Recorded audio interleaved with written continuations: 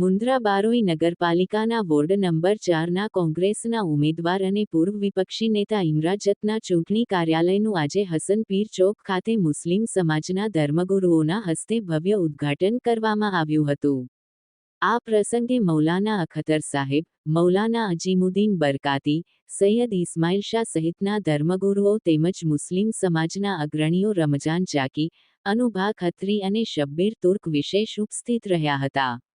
આ કાર્યક્રમમાં શહેર કોંગ્રેસ પ્રમુખ કાનજી સોંધરા, ભરત પાતારિયા, જાવેદ પઠાણ અને અન્ય વોર્ડના ઉમેદવારોએ હાજરી આપી ગઠબંધન અને પક્ષની મજબૂતી દર્શાવી હતી। ઉદ્ઘાટન પ્રસંગે ઇમરાજતે આગામી નગરપાલિકાની ચૂંટણીમાં કોંગ્રેસની જીતનો મક્કમ આત્મવિશ્વાસ વ્યક્ત કર્યો હતો। રિપોર્ટ શહેબાજ ખોજા, મુન્દ્રા, કચ્છ। औज़ुबिल्लाहिमिनश्शैतानिर्रजीम बिस्मिल्लाहिर्रहमानिर्रहीम।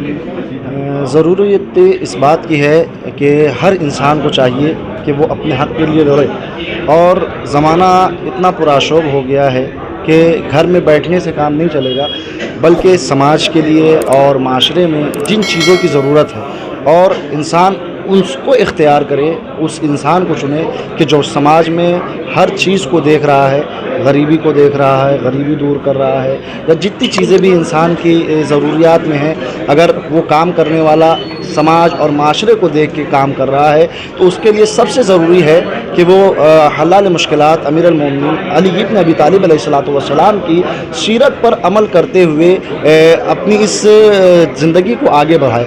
क्योंकि मौलाए कायनात हज़रत अली अलैहिस्सलातु वस्सलाम ने 4 साल हुकूमत की थी।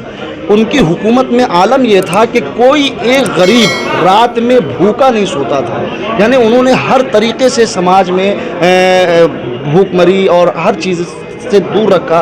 और माशाल्लाह से परवरदिगार इमरान भाई को सलामत रखे, जिन्होंने भारी मतदान से इससे पहले भी नगर पालिका में उन्होंने जीत हासिल की है। परवरदिगार उनको बेहतरीन कामयाबी अता फ़रमाए।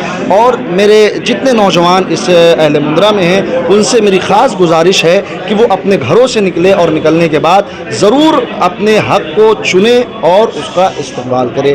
लिहाजा ज़रूरत इस बात की है कि जितने लोग भी हैं, जहाँ तक भी मेरी आवाज़ इस न्यूज़ चैनल के ज़रिए से जा रही है, उन तमाम लोगों से गुजारिश है कि वो ज़रूर ज़रूर जो है मतदान करें, वोट दें, ताकि अपना हक़ वो हासिल कर सकें। હમણાં આપણે જોઈએ છીએ જે પ્રમાણે 1 થી 7ના વોર્ડમાં જે પ્રમાણે કોંગ્રેસે ઉમેદવાર ઉતારેલ છે જાતિ અને ધર્મના ગણિતના આધારે, અને સારા અને સક્ષમ અમારા કારણે કોંગ્રેસે એવા ઉમેદવારોને ટિકિટ આપી છે એમાં 90% ગરીબ અને મધ્યમ વર્ગના છે, અને સામે જોવા જઈએ ભાજપમાં ઘણી નારાજગી છે।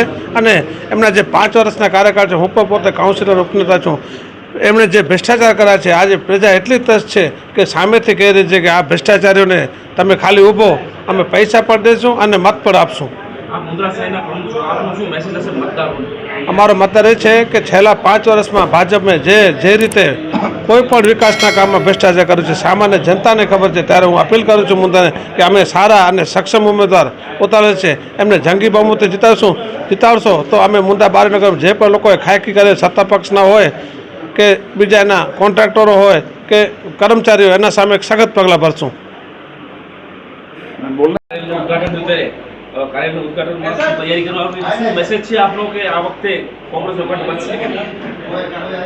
મુન્દ્રા બારોઈ નગરપાલિકાની આ ચૂંટણીમાં આજે ભારતીય રાષ્ટ્રીય કોંગ્રેસ દ્વારા વોર્ડ નંબર 4ના કાર્યાલયનું ઉદ્ઘાટન રાખવામાં આવ્યું છે।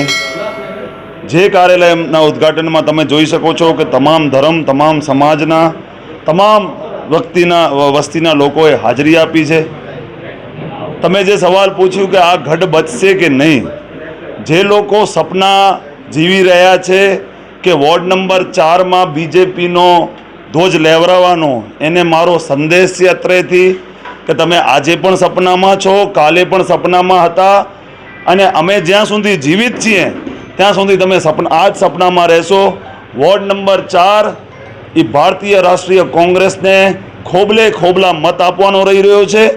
અને આ વખતે વોર્ડ નંબર 4 નહીં, જેટલી લીડ અમને વોર્ડ નંબર 4માં દર વખતે મળે છે એટલી જ લીડ અમે બધા વોર્ડોમાં લેશું, અને મુન્દ્રા બારોઈ નગરપાલિકામાં કોંગ્રેસનો ધ્વજ લહેરાવવાનું છે। અને આ જે ફાંસીવાદી કોમવાદી તાકાતો છે એને પૂરતો જવાબ આપવામાં આવશે.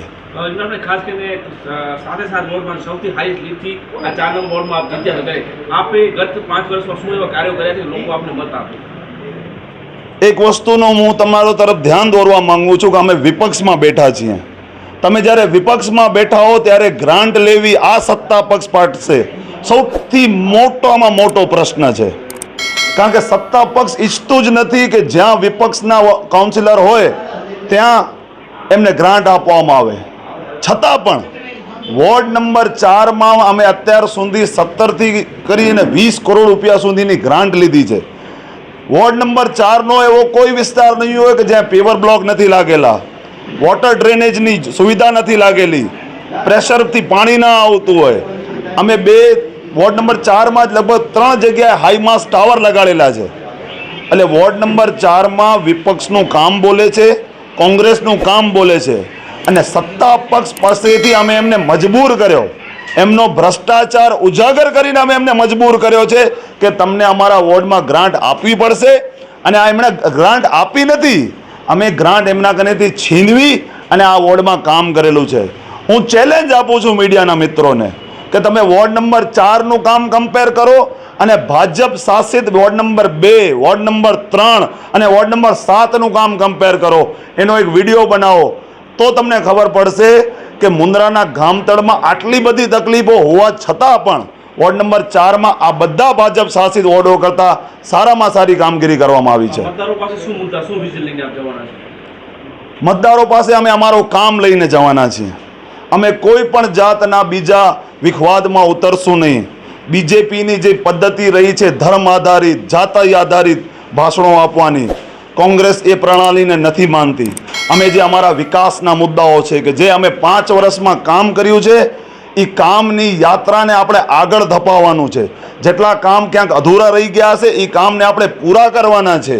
અને બીજું સૌથી મોટો મુદ્દો જે 10 અને 15% કમિશનખોરી ચાલી રહી છે દરેક વોર્ડના કામમાં, તમે દરેક જગ્યાએ કામ બીજેપીના લોકોનો જેસો તો એમાં 10 થી 15% લોકો કમિશનખોરી કરી રહ્યા છે.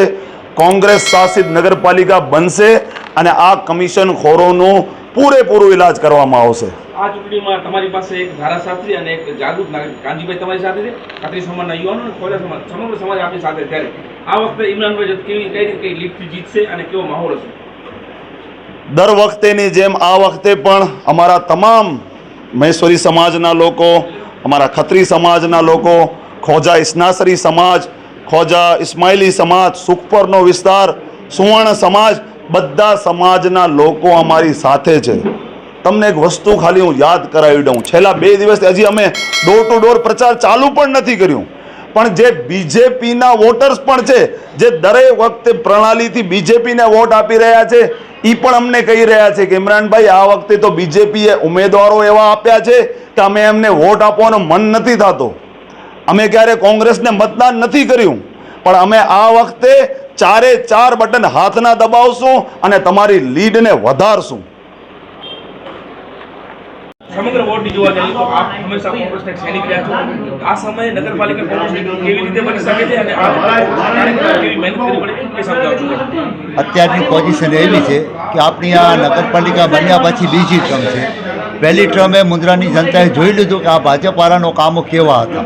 પોતાના વિકાસ સિવાય કોઈ કામો કર્યા નથી. અને હું કોંગ્રેસના દરેક ઉમેદવાર વતી મુન્દ્રાની જનતાને એક ખાતરી આપું છું કે તમને કમસે કમ અહેસાસ તો થશે કે તમારા પ્રતિનિધિ કેવા હોવા જોઈએ. સમયાંતરે જે સમસ્યાઓ હશે એ સમસ્યાઓ તમે પૂરી કરશું અમે લોકો. બાપુ, આ વખતે ભાજપને ડર છે કે વોર્ડ નંબર 3માં અમે હારી રહ્યા છીએ, પરંતુ આપ સક્ષમ ઉમેદવાર પણ આપણે ઉતારે છે, પરંતુ ચૂંટણી જીતવા માટે એક ઉમેદવારે શું મહેનત કરવી પડે, શું કામો કરવા જોઈએ? સાહેબ, આમાં એવું છે કે વોર્ડ નંબર 3ની અત્યારે પોઝિશન એવી છે કે આ લોકો માનસિક રીતે ભાજપવાળા વોર્ડ અત્યારથી હારીને જ બેઠા છે, એવું સમજી લેવાનું. ચૂંટણી છે હલકામાં લેવાની નહીં. અને અત્યારે સ્થાનિક આટલા બધા હોવા છતાંય 3 ઉમેદવાર મુન્દ્રાથી લીધા. ઠીક છે, મુન્દ્રા આપણો ભાગ જ છે, પણ સ્થાનિક અત્યારે 2300 મત ખાલી ગામના આવે છે. આ વખતે ચૂંટણી કેવી લાગે? ભાજપ મારશે બાજી કે પછી કોંગ્રેસ? 90% કોંગ્રેસનો અત્યારે સપોર્ટ છે. જે આમ પબ્લિકની વચ્ચે અમે તો બધા માણસો સાથે મળીએ છીએ, માણસો બધા એમ જ કહે છે કે અમે ગમે એમ કરશું, હરશું ફરશું, ગમે ત્યાં મત કોંગ્રેસને આપશું. મતદારોને શું મેસેજ આપશો?